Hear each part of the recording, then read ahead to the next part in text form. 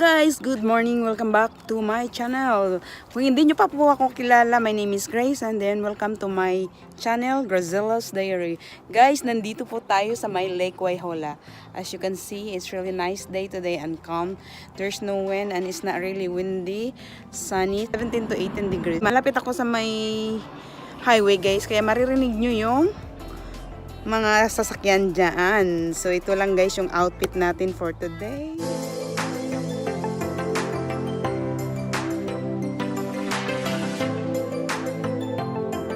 It's very calm, the place where I taking a lot of shots. There's no wind at all and there's no wave because this is a lake. As you can see, I post a lot of clip in here, my OOTD. So there is it. Beautiful, isn't it, guys? Kita mo talaga yung reflection ng sky from the lake, guys. No, luckily there's no a lot of people yet, but people try to go to mag-lake, mag-boating yata sila, but I'm not sure. So mag-change outfit tayo. This is it.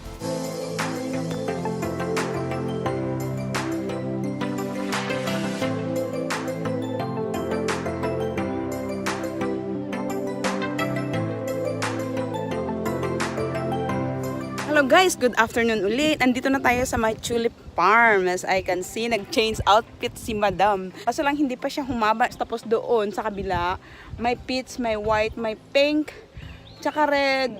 Tsaka doon, kaso lang may nag-ano doon, may nag-aalaga ng mga ano, hindi ko alam kung pwede ako. Pumasok lang ako guys. Talaga i-flick over ko ha. So hanggang doon yung matatanaw nyo, yung puti doon.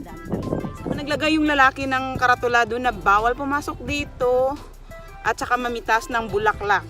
Kung gusto mo magbili ng mga bulb, may doon sa may main office nila. So pwede ka magpa-picture guys kasi open naman, wala namang bayad. At saka bawal ka lang talaga magmitas kasi ini-export nila tong bulbs nito eh.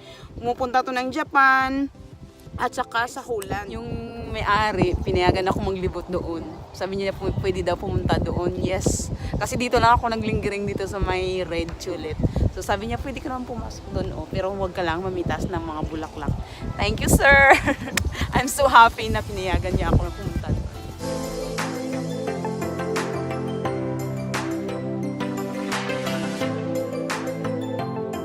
So punta tayo doon sa may puti. Follow me. Guys, ang puti. Sobrang ganda, guys. Look at that. Diba? Super beautiful. Tapos, ano na siya eh, malapit na siyang i-harvest kasi matangkad-tangkad na siya ng masyado. Tapos, dyan sa kabila, na-harvest na yata ng konti or patubo pa lang, hindi ko alam. At saka ang pula. Guys, it's heaven. Mabuti na lang pumunta ako today. Basta ako nakapag-road trip today. Dito sa my tulip farm. Ito lang yung kaligayahan ko, travel at saka mag-take a lot of picture. Katulad sa inyo, nagpipik din ng picture, di ba?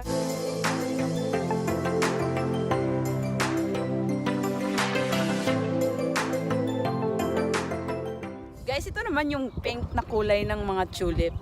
Ano na siya, namumukadkad. Ha-harvestin na siguro itong mga bukas or on Monday kasi yung kinukuha talaga nila is form na pagka-tulip.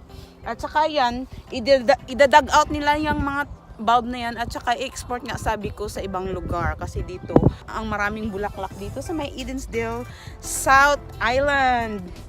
So yan guys, super ganda. Grabe. At saka pupunta tayo dun sa mga orange guys. Sarap pinasok ko pala yung car ko kasi pwede naman. At saka malaki naman yung space. Unlike ang lain ng lakaran ko dun ilang kilometro. Pictorial muna tayo dito at saka i-update ko kayo later soon. Okay guys? Iba siyang pagka-tulip. Siguro may pangalan na iba yan kasi talaga as you can see doon kanina yung film ko na pula doon, iba. Parang malakihan na tulip ito guys, as in. Cute din naman siya.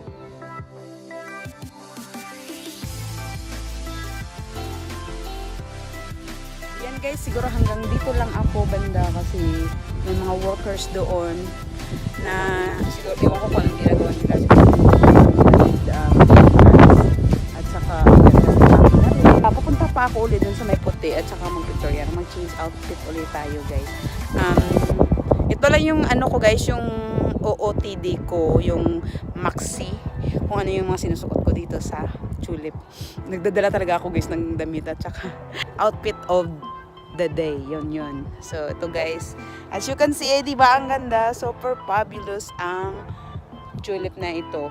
So guys, if ever na makapunta kayo dito sa New Zealand, dito yan sa may Edensdale, sa South Island, 2 hours and half, I think, is depend how fast you're driving. Every October yan dito, lumalabas yung mga tulip kasi nga spring na siya guys.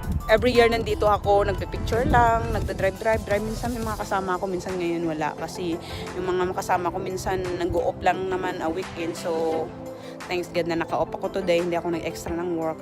Tinext ako ng manager ko na mag-work ako tonight, but I didn't reply guys kasi I have extra work tomorrow.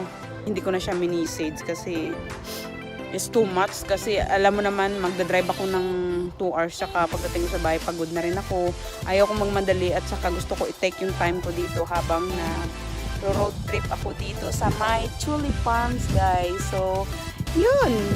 Hope na na-enjoy nyo itong mga flowers at saka different colors of tulip. Yung palibot nito guys, as in farm talaga siya. So, every year, nag-iibang location sila at saka yung may-ari ng farm ng tulip, nagre-rent sila sa isang farm na pwede nila mapaglagyan ng tulip guys.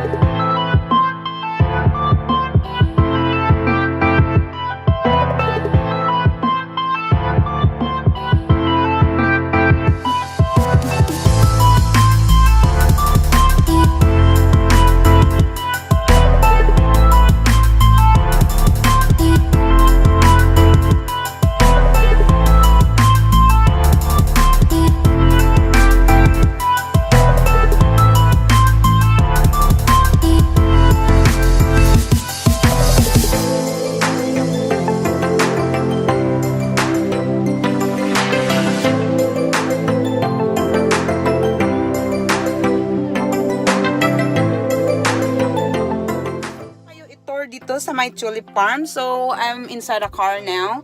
I'm heading back home. Nagbihis lang pala ako guys kasi lumalamig na siya at saka very windy yung weather sa labas at saka naglagay lang ako guys ng sweatshirts na yellow kasi nilalamig ako kanina. Maganda yung panahon ngayon. Hapon na kasi mga 5:05 in the afternoon. October 19, 2018 dito sa New Zealand. Sana nag-enjoy kayo sa Tulip Farm tour ko sa inyo at saka nagustuhan niyo yung mga iba't ibang kulay ng mga tulip. Sana nakapag-subscribe na kayo at saka paki-like na rin. Paki-click na rin ang notification bell. That way, ma-notified kayo every time na mag-upload ako ng mga bagong video. See you and thanks for watching and see you on my next one. Bye!